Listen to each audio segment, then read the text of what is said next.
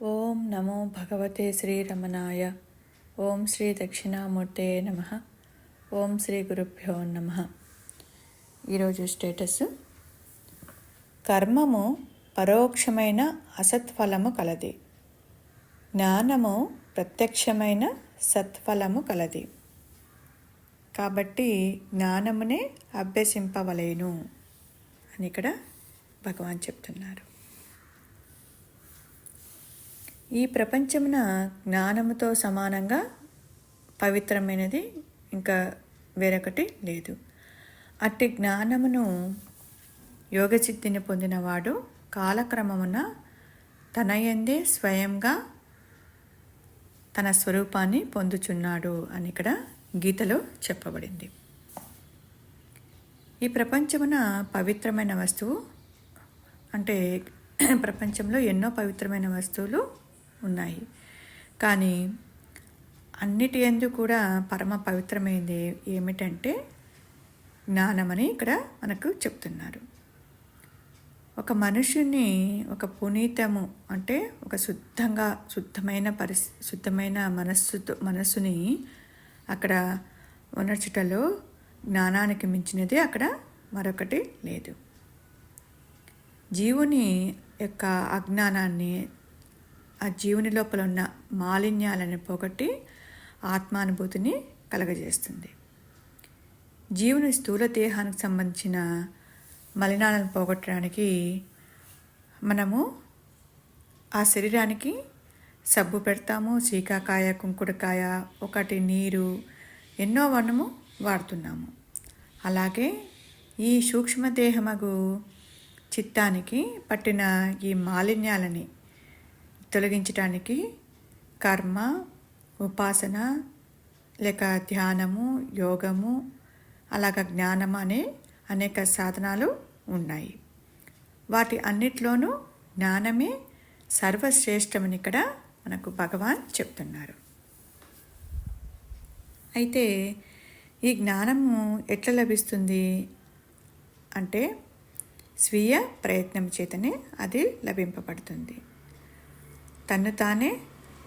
తను ఉద్ధరించుకోవాలి, తన ఆకలి తానే తీర్చుకోవాలి కదా. అలాగే ఇక్కడ గురువులు, దైవము, లేకపోతే పెద్దల సహాయం మాత్రము చేస్తారు.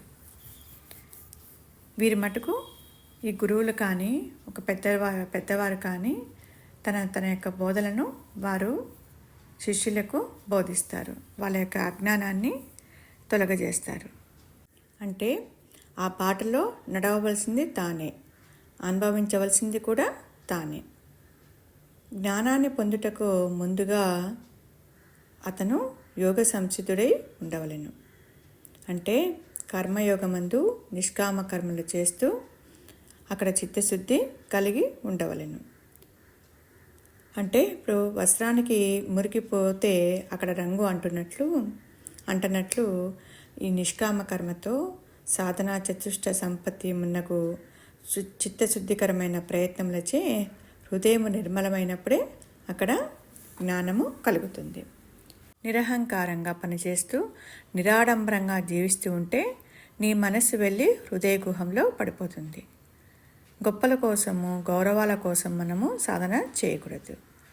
అంటే చాలామంది నేను ధ్యానం చేస్తున్నాను, నేను మంత్రం జపిస్తున్నాను, నేను నామం జపిస్తున్నాను అని చెప్పుకుంటారు. మన స్వభావం మార్చుకోవడానికి సాధన చేయాలి, కానీ గొప్పల కోసం మనం సాధనలు చేయకూడదు. దేహాన్ని కేంద్రంగా పెట్టుకొని మోక్షాన్ని సాధించాలి అని అనుకుంటే అది కుదరదు.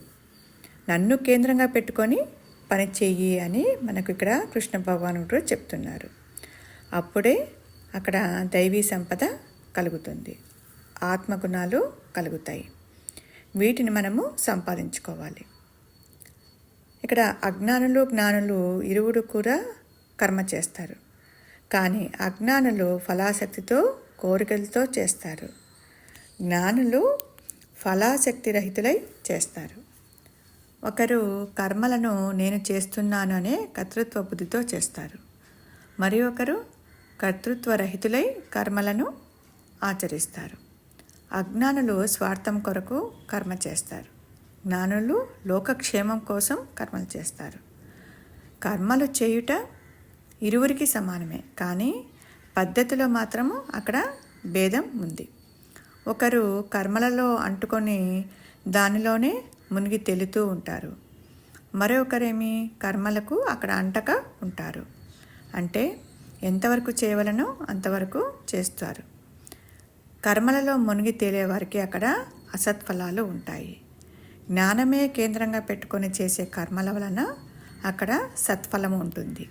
కాబట్టి జ్ఞానమే అభ్యసించవలనని అక్కడ భగవాన్ అంటున్నారు. ఓం శ్రీ గురుభ్యో నమః.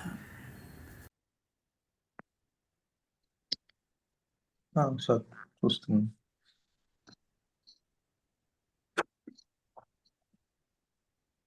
కర్మము పరోక్షమైన అసత్ఫలము కలది, జ్ఞానము ప్రత్యక్షమైన సత్ఫలము కలది. కాబట్టి జ్ఞానమునే అభ్యసించవలను అంటున్నారు. ఇక్కడ కర్మము గురించి చెప్తున్నారు. కర్మము పరోక్షమైన అసత్ ఫలితము కలగజేస్తుంది అంటున్నారు. అంటే అదే మన గురువు గారు చెప్తారు కదా, కర్మ అంటే అదే ఇంతకుముందు మనం అనుకున్నట్టు కర్మ అంటే ఒక పని చేయటం, యాక్టివిటీ. గురుగారు యాక్టివిటీ అని చెప్తారు కదా. కర్మ అంటే ఒక పని. అంటే ఇప్పుడు పని పుట్టాలి అంటే దాని పని చేసేవాడు ఒకడు ఉండాలి. ఇప్పుడు కుమ్మరివాడు ఉన్నాడు, ఇప్పుడు కుండ తయారు చేస్తున్నాడు. కుండ తయారు చేశాడు. కుండ తయారు చేయడం అంటే పని, అదొక పని, అదొక యాక్టివిటీ, అదొక పుట్టింది. పని అనేది అక్కడ పుట్టింది, కుండ పుట్టింది. కుండ పుట్టింది అంటే అక్కడ దాన్ని తయారు చేసేవాడు ఒకడు ఉండాలి, లేదంటే అది తనకు తానుగా పుట్టలేదు. ఏ పని ఒక పని తనకు తానుగా అది స్వయం ప్రకాశం కాదు. అంటే పని తనకు తానుగా పుట్టించుకోలేదు, అది దాన్ని ఎవడో ఒకడు పుట్టించాలి. ఆ పని కర్మ, ఏ కర్మ అయినా సరే, ఏ యాక్టివిటీ అయినా సరే, అది ఒకడు పుట్టించాలి దాన్ని. ఇప్పుడు కుండ తయారు చేసింది అంటే కుమ్మరివాడు ఉన్నాడు కాబట్టి కుండ తయారు చేయబడ్డది. అంటే తయారు చేయడం అనేది ఒక పని, అక్కడ పని పుట్టింది. అలానే ఇప్పుడు నటించేవాడు ఉన్నాడు, వాడు యాక్టర్ ఉన్నాడు. వాడు యాక్షన్ చెయ్యాలి, నటన చెయ్యాలి అంటే నటించేవాడు ఉండాలి అక్కడ. నటన అనేది ఒక పని, ఒక యాక్టివిటీ. ఆ యాక్టివిటీ ఉండాలంటే అక్కడ నటించేవాడు ఉండాలి. అంటే ఒక ఫంక్షన్ పుట్టింది, ఒక పని పుట్టింది అంటే ఫంక్షనర్ ఉండాలి. సో ఉండాలి. అలాగే ఇక్కడ ఒక కర్మ పుట్టింది అంటే కర్మ చేసేవా పుట్టింది అంటే ఆ కర్మని చేసేవాడు ఒకడు ఉండాలి, లేదంటే కర్మ తనకు తానుగా ఏ పని చేసుకోలేదు. ఇక్కడ ఎవడు మన గురువుగా చెప్తుంటారు కాబట్టి ఇక్కడ ఈ దేహాత్మ బుద్ధి గల ఎవరైతే ఈ మాయా నేను ఏదైతే ఉన్నదో, అంటే దేహమే ఆత్మ అనుకునేవాడు, వాడు దేహమే నేను, దేహమే ఆ దేహబుద్ధి గలవాడు, ఆ శవబుద్ధి గలవాడు, ఆ దేహమే ఆత్మ అనుకునేవాడు, ఆలోచనలే ఆత్మ అనుకునేవాడు, మనస్సే ఆత్మ అనుకునేవాడు ఎవడైతే ఉన్నాడో వాడు ఉంటేనే అక్కడ, అంటే ఆ పని పుట్టడము అంటే ఆ పని చేసేవాడు ఒకడు ఉండాలి.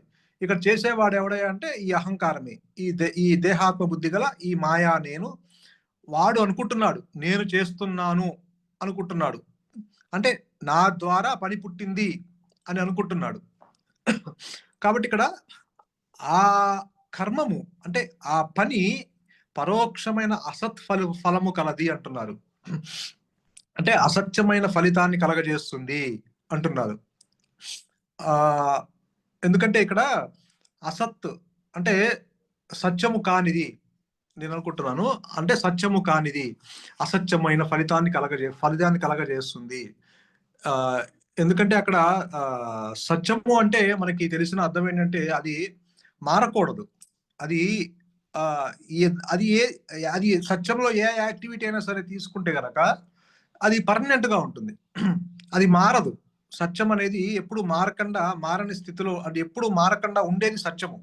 మార్పు చెందేది అసత్యము, అది అనిత్యము. అది గురువు గారు కూడా చెప్తారు కదా, ఆ అసత్యము అనిత్యము అదే మాయ అని చెప్తారు. అంటే సత్యము కానిది ఏదైతే ఉన్నదో ఈ పని, అది అసత్ఫలితము కలగజేస్తుంది. అంటే ఇక్కడ నేనేమనుకుంటానంటే, సత్యము అనేది పర్మనెంట్, అది తాత్కాలికము కాదు. దాని నుంచి వచ్చిన ఏ యాక్టివిటీ అయినా అది పర్మనెంట్ గానే ఉంటుంది, అది మారదు. ఇప్పుడు కుండని తయారు చేసేవాడు కుమ్మరి ఉన్నాడు, కుండ తయారు చేశాడు. ఆ కుండ పుట్టింది బానే ఉంది, కానీ ఆ పుట్టింది పర్మనెంటా? కాదు కదా. అది ఎప్పటికైనా నశిస్తుంది. కుండ పగిలిపోతుంది, మళ్ళీ మట్టిలో కలిసిపోతుంది. వాడు మళ్ళీ ఇంకో కుండ తయారు చేస్తాడు, అది నశిస్తుంది. ఇలా వాడు అంటే యాక్టివిటీస్, ఎన్ని యాక్టివిటీస్ అయినా చేయండి, ఆ యాక్టివిటీస్ అన్నీ అది పర్మనెంట్ కాదు, అవన్నీ నశిస్తాయి, అవన్నీ కాలగర్భంలో కలిసిపోయేవి. ఏ యాక్టివిటీ అయినా సరే ఈ ప్రపంచంలో, ఈ లోకంలో ఏ యాక్టివిటీ తీసుకున్నా సరే అవి నశించేవే, కాలగర్భంలో కలిసిపోయేవే. ఎందుకంటే యాక్టివిటీ అనేది ఒక దాని మీద ఆధారపడి ఉన్నది. ఎప్పుడైనా పని అనేది ఇక్కడ, ఎందుకంటే ఒక దాని మీద ఆధారపడే ఏదైనా సరే అది జడ పదార్థము. ఈ లోకంలో ఒక దాని మీద ఆధారపడిన వస్తువు ఏదన్నా సరే అది జడ పదార్థము. అంటే తనకు తానుగా ఏ పని చేసుకోలేనివి. ఈ పని కూడా అంతే. ఇప్పుడు ఈ కుమ్మరివాడు చేసే ఆ తయారు చేయబడ్డ ఆ కుండ పని ఏదైతే పుట్టిందో, అది కుమ్మరివాడు ఉండటం వల్ల పని పుట్టింది కానీ తనంతట తనగా కుండ పుట్టల కదా. తనంతట తనగా కుండ పుట్టల, అంటే అది జడ పదార్థము. ఒక దాని మీద ఆధారపడి ఉన్న వస్తువు ఏదైనా సరే జడ పదార్థము. అంటే తనకు తానుగా ఏమీ చేసుకోలేనివి, ఒక దాని మీద ఆధారపడ్డవి. కాబట్టి ఈ లోకంలో ఒక దాని మీద ఆధారపడ్డది ఏదైనా సరే నశిస్తుంది. ఏ ఏ యాక్టివిటీ అని తీసుకోండి, ఏ వస్తువు అయినా తీసుకోండి, అది ఒక దాని మీద ఆధారపడిందంటే అది ఎప్పటికైనా నశిస్తుంది, అది కాలగర్భంలో కలిసిపోతుంది. అది అంటే అది అసత్ ఫలితము కలగజేస్తుంది. అంటే అది పర్మనెంట్ గా ఉండదు, అది టెంపరరీ మాత్రమే, తాత్కాలికమైన సుఖాన్ని, దుఃఖాన్ని, లేకపోతే ఆనందాన్ని ఇచ్చేవి మాత్రమే. ఇప్పుడు నటించేవాడు ఒకడున్నాడు, వాడు నటిస్తున్నాడు, వాడు ఒక స్త్రీ వేషం వేశాడు. ఆ స్త్రీ వేషం వేసిన వాడు మళ్ళీ కొంతసేపు అయ్యాక మళ్ళీ మేకప్ తీసేస్తే తన ఇంతకుముందు ఎలా ఉన్నాడో అలానే ఉంటాడు కదా. అంటే పాత పూర్వపు స్థితిలోకి వచ్చేస్తాడు కదా. వాడు పర్మనెంట్ గా స్త్రీ వేషంలో ఉండడు. అలానే వాడు పురుషుడు వేషం వేసినా సరే, స్త్రీ వేషం వేసినా, పురుషుడు వేషం వేసినా, అంటే అక్కడ ఏంటి, పని చేశాడు, నటించాడు. నటించేవాడు ఒకడు ఉన్నాడు, నటించాడు. ఆ నటించేది, ఆ పని తాత్కాలికంగా ఉన్నది. స్త్రీ వేషం వేశాడు, మళ్ళీ వెనక్కి వచ్చాడు, మళ్ళీ మేకప్ తీసేసి తన ఒరిజినల్ స్థితిలోకి వచ్చాడు. అలానే పురుషుడు వేషం వేశాడు, తన ఒరిజినల్ స్థితిలోకి వచ్చాడు. అంటే ఏది జరిగినా, అంటే ఆ పని పుట్టడం ఏది చేసినా సరే అది సత్యము కాదు, అసత్యము, అనిత్యము. అంటే అది పర్మనెంట్ కాదు, తాత్కాలికము. కాబట్టి అందుకని అది అసత్ ఫలితం కలగజేస్తుంది అంటాడు. అంటే అదే భగవాన్ రమణుడు చెప్తారు కదా, కర్తురాజ్ఞయ ప్రాప్యతే ఫలం, కర్మ కింపరం కర్మ తజ్జడం అన్నారు.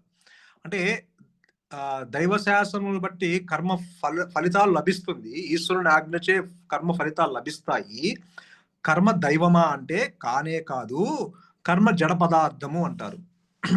అంటే కర్మ తజ్జడం అన్నారు, అంటే కర్మ జడము అని భగవాన్ రమణుడునే మనకి నొక్కి ఒక్కానిచ్చి చెప్పారు. కర్మ దైవం అంటే మనం ఏమనుకుంటాము, వర్క్ ఈజ్ వర్షిప్ అనుకుంటాము నిజానికి. అంటే ఎందుకని ఆ పని దైవము ఎందుకు అనుకున్నాడంటే, వాడు ఆ పనిలో కొంచెం నువ్వు శ్రద్ధగా చెయ్యి అని చెప్పడానికి ఆ వర్క్ ఈజ్ వర్షిప్ అని చెప్పారు. కానీ కర్మ అనేది నువ్వు అది ఏ కర్మ అయినా సరే, అది మనకి అది ఎటువంటి కర్మ అయినా సరే అవి జడ పదార్థములు, అవి దైవము కానే కాదు. కర్మ దైవమా అంటారు, కర్మ దైవమా కానే కాదు, కర్మ జడ పదార్థము అంటారు. అంటే దీన్ని బట్టి ఏంటి, కర్మ నువ్వు నువ్వు కర్మే జడ పదార్థం అయితే ఇక చేసేవాడు ఇప్పుడు కర్మ, ఇప్పుడు యాక్చువల్గా అయితే అసలు వీడికే ఉనికి లేదు. మనం ఇటు నుంచి చెప్పుకున్నా అటు నుంచి చెప్పుకున్నా ఒకటే, అసలు దేహాత్మ బుద్ధికే ఉనికి లేదు.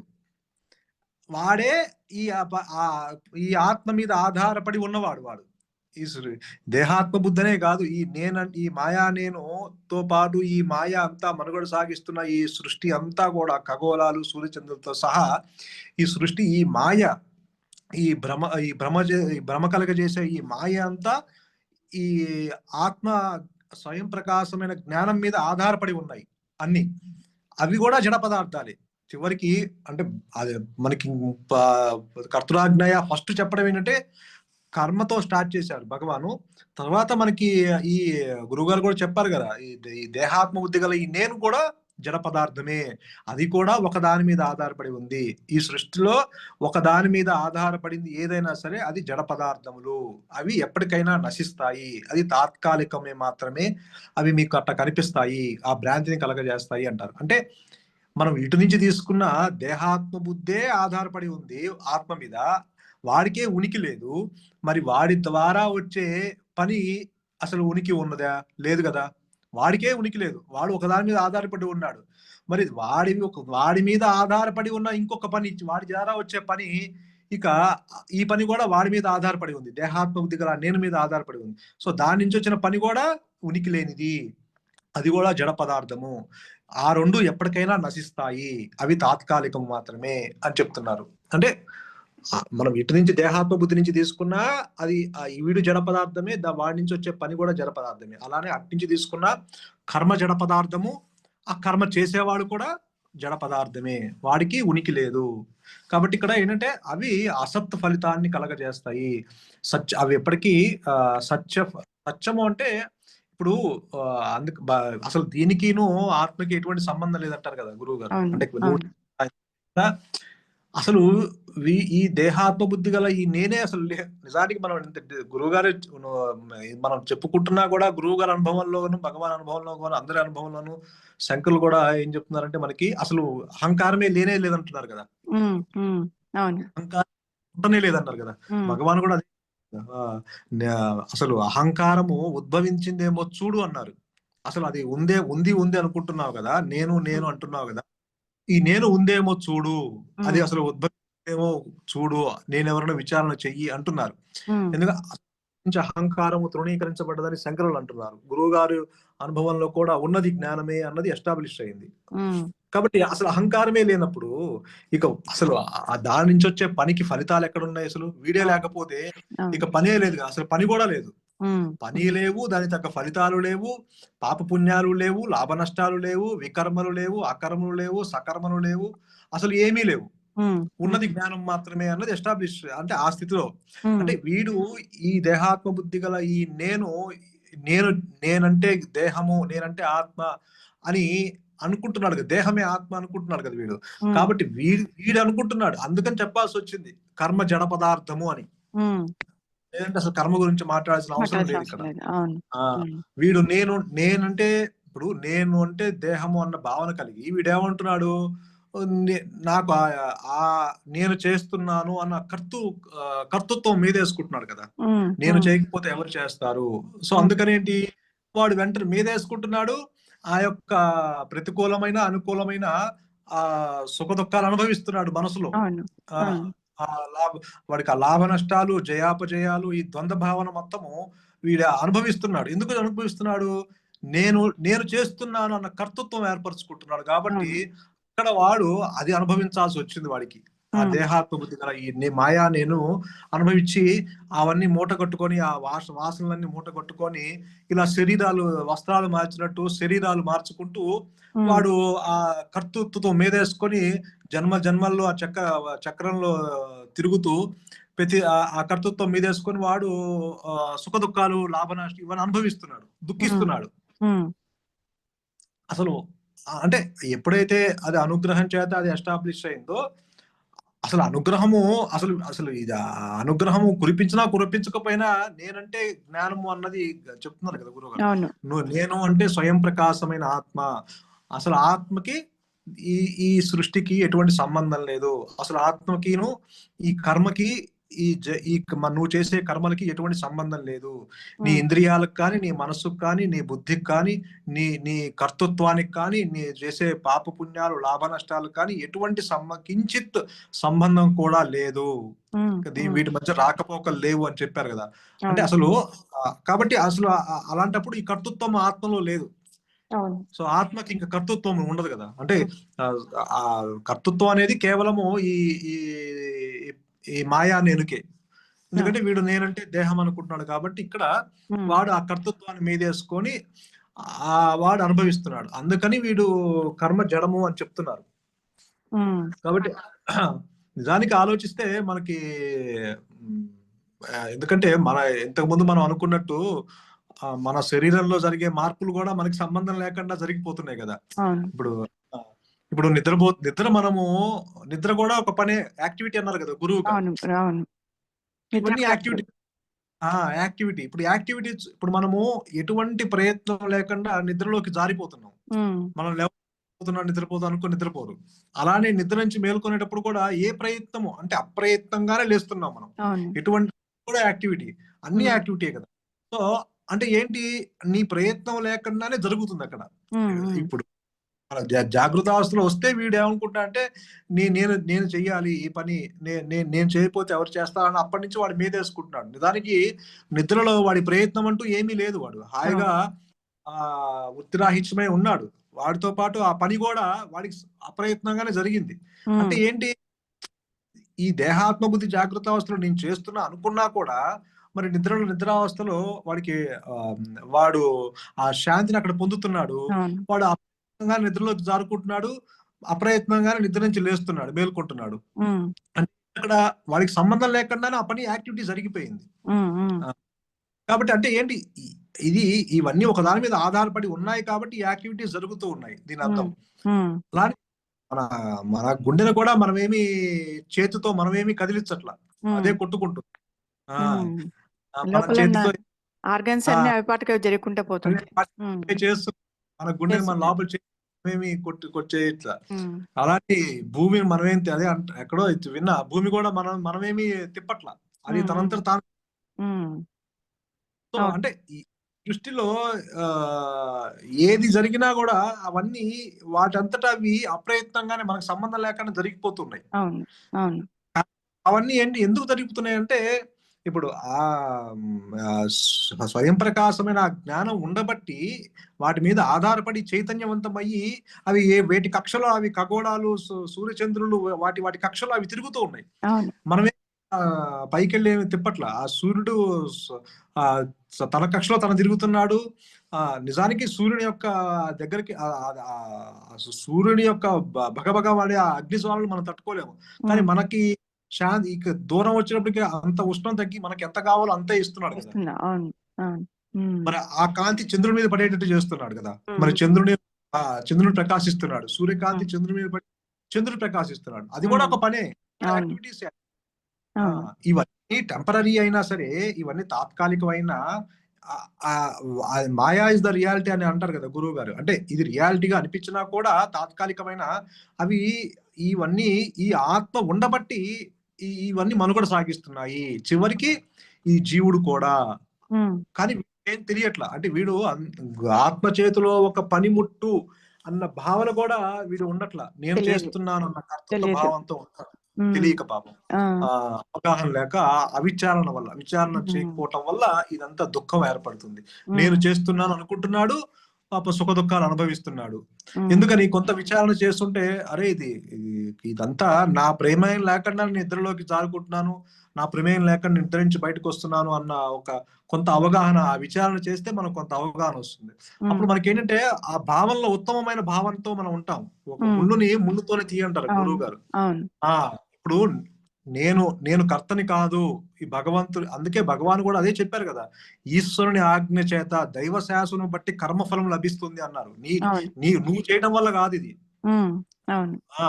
కర్మఫలము అనిత్యమై తిరిగి మళ్ళీ కర్మ సముద్రం ముందు పరుటకు హేతమగుచున్నది, అందుచే పరమగతిని అది నిరోధిస్తుంది అని సెకండ్ శ్లోకంలో చెప్తారు. అది అంటే ఇక్కడ వీడు నేను కర్తని అనుకుంటున్నాడు కాబట్టి ఆ కర్మ ఫలితాలు అనుభవిస్తున్నాడు. ఎందుకని విచారణ చేయకపోవటం వల్ల. ఇప్పుడే కొంత అవగాహనతో కొంత నేను చేయట్లా, ఇది భగవంతుడు నా ఈ ఉపాధులు, ఈ దేహం అనే ఉపాధి, మనస్సు అనే ఉపాధి, ఆలోచనలు ఒక ఉపాధి, ఇవన్నీ ఉపాధులు మీడియం. ఈ ఉపాధుల ద్వారా జరిపించబడుతున్నాయి. All actions are happening through you, నీ ద్వారా జరిపించబడుతున్నాయి, నువ్వు చెయ్యట్లేదు, నువ్వు కర్తవి కాదు. ఇది ఆత్మ స్వయం ప్రకాశమైన జ్ఞానము ఉండబట్టి నీ మనుగడ సాగుతుంది ఇక్కడ. లేకపోతే నీకు ఉనికి లేదు, నీకు వ్యక్తిత్వం లేదు, నువ్వు హీరో అనుకుంటున్నావు, నువ్వు హీరో కాదు జీరో అన్న కనీసం కొంత అవగాహనతో ఆ భావనతో అది అహంకారం నిలబడే ఉంటుంది అక్కడ. కాకపోతే ఏంటంటే మనం ఆ భావంతో ఉంటే ఏంటంటే అది మనకు కొంతవరకు దుఃఖించదు. భావనలో ఉత్తమమైన భావనతో ఉంటే ఒక ముళ్ళుని ఇంకో ముళ్ళుతోనే తీయాలంటారు కదా, అట్లానే నేను కర్తని కాదు, ఆ భగవంతుడు నా చేత చేయిస్తున్నాడు, నేను ఇవన్నీ ఇదంతా నా ద్వారా జరిపించబడుతున్నాయి, నాకు వీటికి ఎటువంటి సంబంధమే లేదు. నిజానికి సంబంధమే లేదు అసలు. ఇప్పుడు మనం చేసే పనికి ఈ ఈ ఈ ఈ సంబంధమే లేదు. నువ్వు తెచ్చుకున్న ఆ పిడికడి ప్రారంభం ఏదైతే ఉందో అది ఎగ్జిక్యూట్ అవుతూ ఉంది నీకు సంబంధం లేకుండా. ఇది ఒక రిలీజ్ అయిన సినిమా లాంటిది.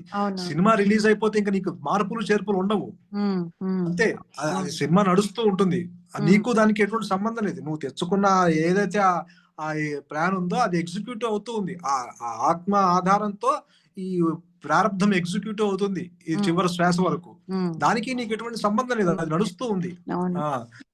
నువ్వు తెచ్చుకుందని నడుస్తుంది, దానికి నీకు అంటే నీకు సంబంధం అంటే నువ్వు అసలు అది కాదు కాబట్టి, నువ్వు అది అనుకుంటున్నావు కాబట్టి దానికి నీకు ఎటువంటి సంబంధం లేదంటే మరి నేనెవరంటే ఇదిగో ఇది మన విచారణ ద్వారా కొంతవరకు మన అవగాహన వచ్చడం వల్ల ఇదిగో నేనంటే జ్ఞానము, నేనంటే స్వయం ప్రకాశమైన ఆత్మ, నా స్వరూపము ఆనందము, నా స్వరూపము సుఖ స్వరూపము, నా స్వరూపము ఆనంద స్వరూపము, నేను నా స్వరూపము స్వయం ప్రకాశమై జ్ఞాన ఉత్తి చేత నిత్యము తన్ను తాను తెలుసుకుంటూ ఉంటూ ఘనాతి ఘనమై ఈ సృష్టికి ఆధారమై ఉన్నది, ఇది నా స్వరూపము అన్న అవగాహనలో మనము అవన్నీ అవగాహన అహంకారం ఉన్నా కూడా మనం కొంత అవగాహనతో ఉన్నాం కాబట్టి ఆ భావంలో ఉత్తమమైన భావంతో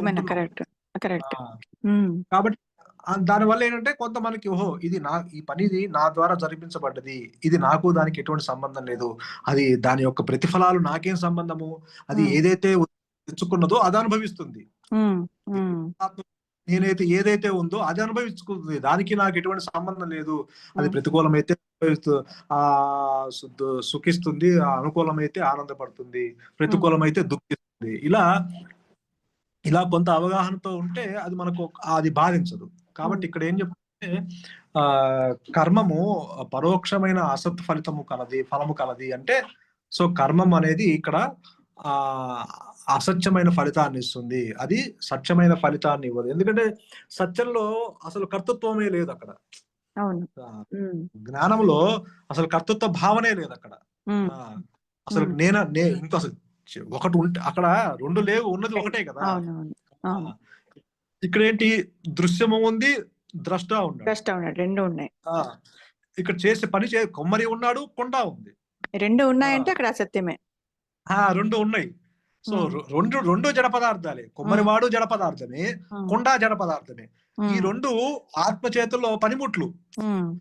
కొమ్మరివాడు దీన్ని చేశాడు అనుకుంటాడు, కొండని వాడు చేయలా, వాడు ఆత్మ చేతుల్లో పనిముట్టు అని వాడికి తెలియదు, ఈ కొండని నేను సృష్టించాలనుకుంటాడు. సో అంటే అదే అంటే మన పట్టకార ఎగ్జాంపుల్ అదే, అంటే ఆ పట్టకార లాగా ఉండాలంటారు. యజమాని చేతిలో పట్టకార పట్టుకుంటే అది తడి వేడి గిన్నెను పట్టుకోవాలో చల్లని గిన్నె పట్టుకోవాలో యజమాని చూసుకుంటాడు, పట్టకారి సంబంధం లేదు. వాడు పాలల్లో ముంచొచ్చు, నీటల్లో ముంచొచ్చు. అంటే పట్టకారు లాగా ఉంటే వాడు దేనిలో ముంచినా పట్టకారు ఏమి కంప్లైంట్ చేయదు కదా. వేడి పాలల్లో ముంచుతాడు, చల్లటి నీళ్ళల్లో ముంచుతాడు పట్టకారిని పట్టుకొని, పట్టకారు ఏమి కంప్లైంట్ చేయదు. కానీ ఇక్కడ ఏంటంటే జీవుడు పాల ముంచినా నీట ముంచినా నీదే భారం అనుకుంటాడు, పాల ముంచితేనేమో ఆనందిస్తాడు, నీట ముంచితేనేమో దుఃఖిస్తాడు. నన్ను ఎందుకు నీట ముంచావు అంటాడు మళ్ళీ, నన్ను ఎప్పుడు పాలల్లోనే ముంచాలి కదా, నేను కోరుకుంది అది కదా అంటాడు. కాబట్టి ఇక్కడ ఎందుకని నేనంటే దేహం అన్న భావన కలిగి ఉన్నాడు. ఆ దేహం ద్వారా వచ్చేది ఏదైనా ఒక యాక్టివిటీ వస్తే అది దేహంతో ఆపాదించుకుంటాడు, ఆ రూపంతో నామంతో ఆపాదించుకుంటాడు, కాబట్టి ఆ సుఖ దుఃఖాలు అనుభవిస్తున్నాడు. కాబట్టి ఇక్కడ అది చెప్తున్నాడు, ఇవన్నీ అసత్ ఫలితము కలగజేస్తాయి, అవి సత్యము కాదు. అలానే జ్ఞానము ప్రత్యక్షమైన సత్ఫలము కలది, కాబట్టి జ్ఞానమునే అభ్యసింపవలెను. అది జ్ఞానము ప్రత్యక్షమైన సత్ఫలము కలది అంటే అదే ఆదిశంకరులు అంటారు కదా, ప్రత్యక్షానుభూతి అపరోక్షానుభూతి, అంటే ఆ పరోక్షము కానిది ప్రత్యక్షము అని. అంటే ప్రత్యక్షముగా ఉన్నది అంటే అది ఎప్పుడు ఉన్నది అని. జ్ఞానము ప్రత్యక్షమైన సత్ఫలము కలది అంటే సత్యమైన ఫలము కలగజేసేది జ్ఞానము. ఉమ్, ఇవన్నీ అసత్యమైన ఫలితాలు కలగజేస్తుంది. జ్ఞానము సత్యమైన ఫలితం కలగజేస్తుంది. సత్యమైన ఫలితం అంటే అది మార్పు లేనిది. అసలు దాంట్లో ఎటువంటి మార్పులు ఉండవు, చేర్పులు ఉండవు. ఇది పర్మనెంట్.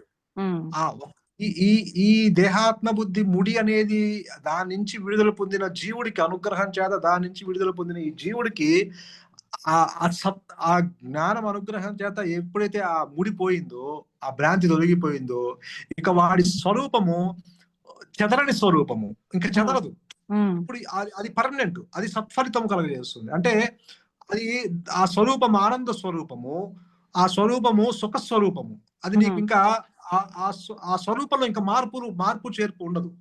అది అది ఘనాతి ఘనంగా అని చెప్తారు కదా గురువు గారు. ఘనాతి ఘనంగా ఉంటుంది, అది పటిష్టంగా ఉంటుంది. అది అటువంటి ఫలితాలు కలగజేస్తుంది. నీ స్వరూపం అదే ఉన్నావు కాబట్టి, అంటే అటువంటి సత్ఫలితాలు కలగజేస్తుంది. అంటే కలగజేస్తుంది అంటే ఉన్నది అదే, కాకపోతే ఈ భ్రాంతి ఇక్కడ మనం మాయలో చెప్పుకోవాల్సి వచ్చింది కాబట్టి అటువంటి పదాలు చెప్తున్నారు. సత్ఫలితాన్ని కలగజేస్తుంది అంటే నిజానికి అది సత్ఫలితంతోనే ఉన్నది జ్ఞానము. చెక్కు చెదరకుండా పటిష్టంగా, అది ఆనందంగా, అది సుఖంగా. ఇప్పుడు వచ్చే సుఖము తాత్కాలికమైన సుఖాలు. మనకి ఈ దేహాత్మ బుద్ధితో వీడు అనుభవించే సుఖం అన్ని తాత్కాలికమైన సుఖాలు. వీడి ఆనందం కూడా తాత్కాలికమే. అంటే వీడి లోపల ఆ ఆనందం ఉండబట్టే మనకి మన స్వరూపం ఆనందం ఉండబట్టే మనం అప్పుడప్పుడు ఆనంద భాష్పాలు మనకు వస్తూ ఉంటాయి. ఎందుకని? అది ఆల్రెడీ శాంతి ఉంది నీలో. అందుకే గురుగారు అంటుంటారు ఒక మునక వేస్తుంది అని చెప్పేసి. మునకేస్తుంది. అవును. ఇప్పుడు ఆ ఆనందం ఉండబట్టే వాడు కొన్ని నిమిషాలైనా మనకి ఏదైనా ఒక మనకి శుభకార్యం జరిగినా, లేకపోతే మన ఒక ఆనందము మన ఇంట్లో జరిగినా కూడా మనకు తెలియక మనం ఒక రకమైన ఆనంద భాష్పాలు మనకు వచ్చి ఒక రకమైన ఆనందంలో ఉంటాం. అంటే మునకేసి వస్తాం. అంటే వీడి శాంతి ఆల్రెడీ ఉన్నది. శాంతి ఇక్కడ చెక్కు చెదరలా, ఆ శాంతి ఉన్నది. శాంతిలో ఎటువంటి మార్పు లేదు. కాకపోతే ఏంటంటే వీడికి ఈ దృశ్యాల వెంబడి పడిపోవటం వల్ల, ఇప్పుడు అద్దము బానే ఉంది. మనం ఏం చేస్తున్నాం అంటే అద్దాన్ని శుభ్రం చేస్తున్నాం, కానీ దృశ్యం అలానే ఉంది. మనం చూసే దృశ్యాలు అలానే ఉన్నాయి. అద్దాన్ని శుభ్రం చేస్తున్నాం. అద్దాన్ని శుభ్రం చేసేంత నీకు ఉపయోగం లేదు. నీళ్ళు ఆ దృశ్యాల వెంబడి పరిగెత్తకూడదు.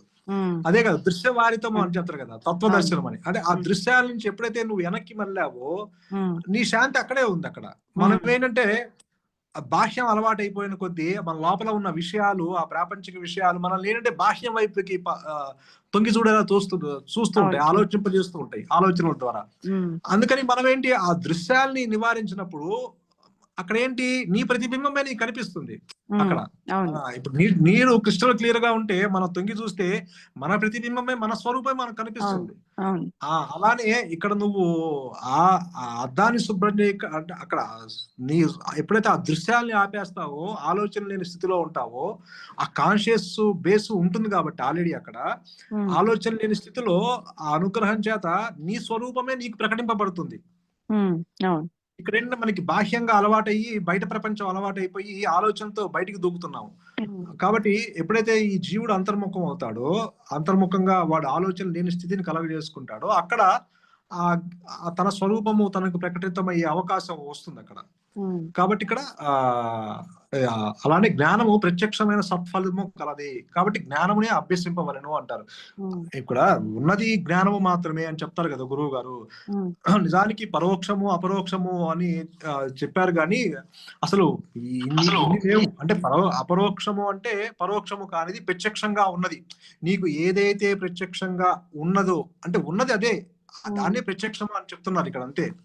సో ఆ జ్ఞానము ఏదైతే ఉన్నదో అక్కడ ఆ ప్రత్యక్షమైన సత్ఫలము కలది. అదే ఆ జ్ఞానమే సత్ఫలితాన్ని కలగజేస్తుంది. కాబట్టి జ్ఞానమునే అభ్యసింపవలని అంటారు. అంటే ఇక అభ్యసింపవలసింది ఇక్కడ ఏమీ లేదు ఇక్కడ, ఎందుకంటే ఇక్కడ పొందేది కాదు కదా ఇక్కడ.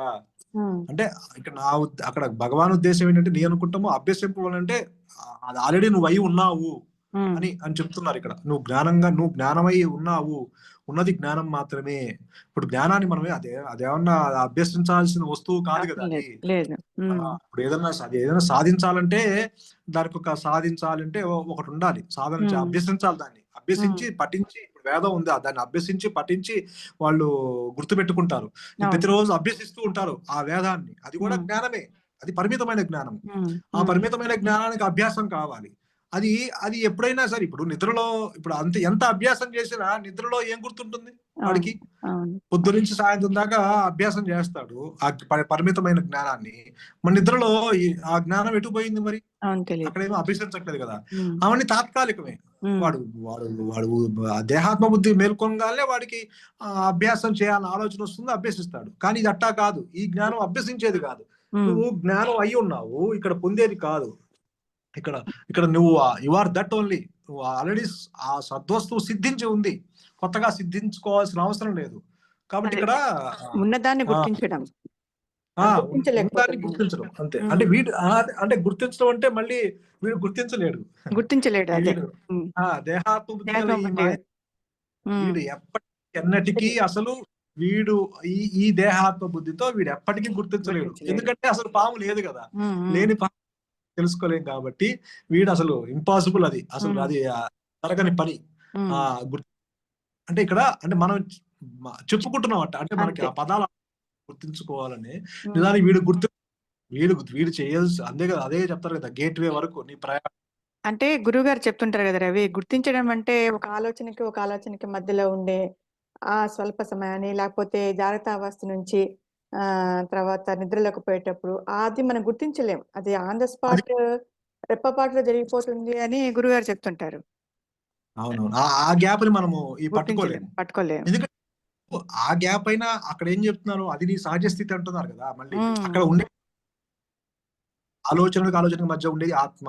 నిద్ర నుంచి మేల్కొని వచ్చే ముందు, ఆ మేల్కొనక ముందు ఉండేది నీ సహజ స్థితి అని చెప్తున్నారు కదా. సహజ స్థితి ఎప్పుడు మనం అది గుర్తించాలి, దాన్ని పట్టుకోమంటున్నారు. వీడు పట్టుకోలేడు, ఎందుకంటే వీడికి తన మూలమే తను తెలియదు కదా. ఈవెన్ ఎటువంటి స్మాల్ గ్యాప్ అయినా బిగ్ గ్యాప్ అయినా వీడు పట్టుకోలేడు. ఎందుకు? ఆత్మ బుద్ధితో ఉన్నాడు. వీడి ఇంద్రియాలు కానీ, మనసుతో కానీ, బుద్ధితో కానీ, వీడి ఆలోచనతో కానీ, వీడు కర్మతో కానీ ఆత్మని వీడు పట్టుకోలేడు.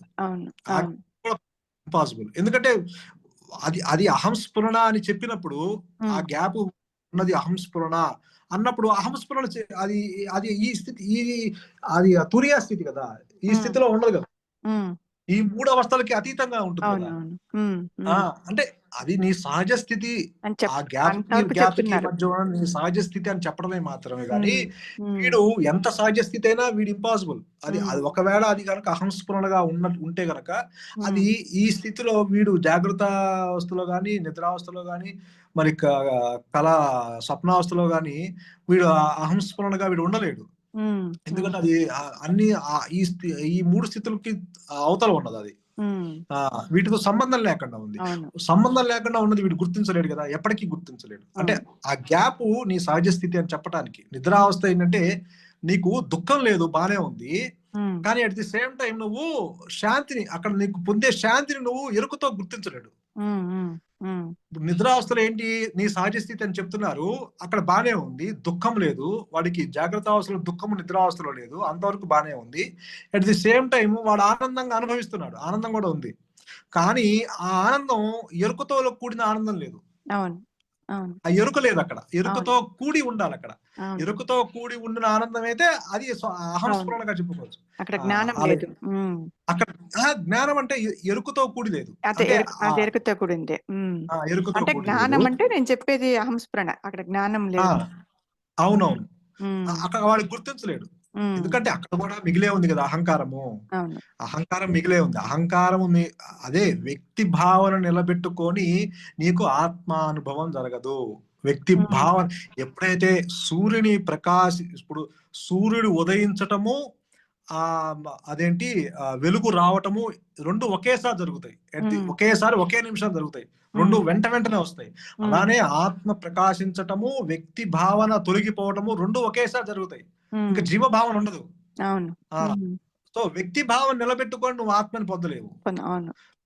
వ్యక్తి అది ఎప్పటికీ పొందలేవు. ఉమ్, అది అనుగ్రహం చేత ఆత్మ అదిగా. తనకు తానుగా ప్రకటించుకున్నప్పుడు ఉమ్, ఉమ్, అప్పుడు అక్కడ సూర్యప్రకాశంలో అక్కడ చీకటి లేనట్టు ఆత్మ ప్రకాశంలో ఇక జీవభావన మళ్ళీ తల ఎత్తదు. అంటే ఉమ్, నేనంటే దేహము అన్న అజ్ఞానము, అవిద్య, ఆ భ్రాంతి తొలగిపోతుంది.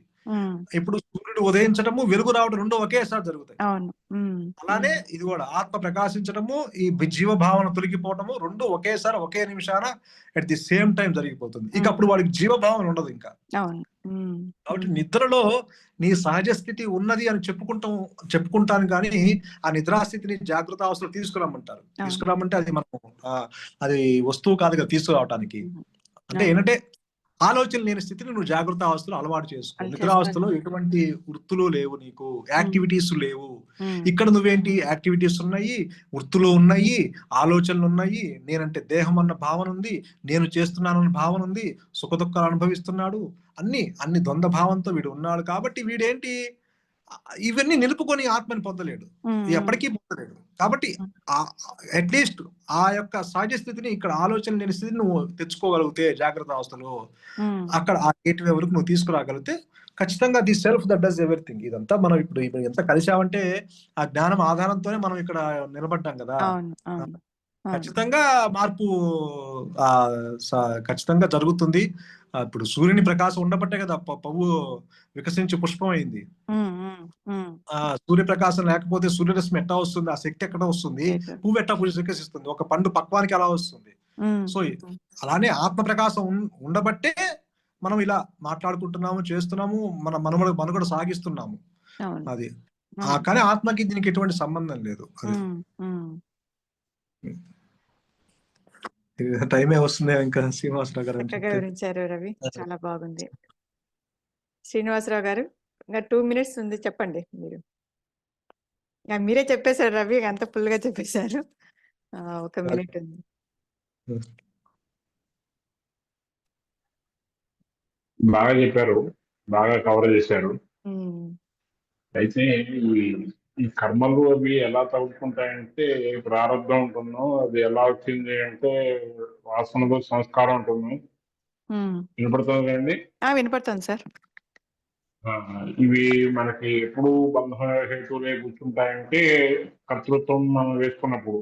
ఉమ్, ఇది ఉమ్, మనకు సంబంధం లేదు, ఆయన యొక్క ఇదిలో జరుగుతోంది, ఉమ్, నేను కాదు మాస్టర్, నేను యజమాని, నేను ఉమ్, పనిముట్టుని ఉమ్, అనేటువంటి సమర్పణ బాధ్యత బుద్ధితో, ఉమ్, ఈశ్వరార్పణ బుద్ధితో ఉమ్, చేసినప్పుడు వాటి యొక్క సుఖ దుఃఖాలు కానీ, బాధలు కానీ, రాగద్వేషాలు కానీ ఇవేవి మన అంటవు, బాధించవు.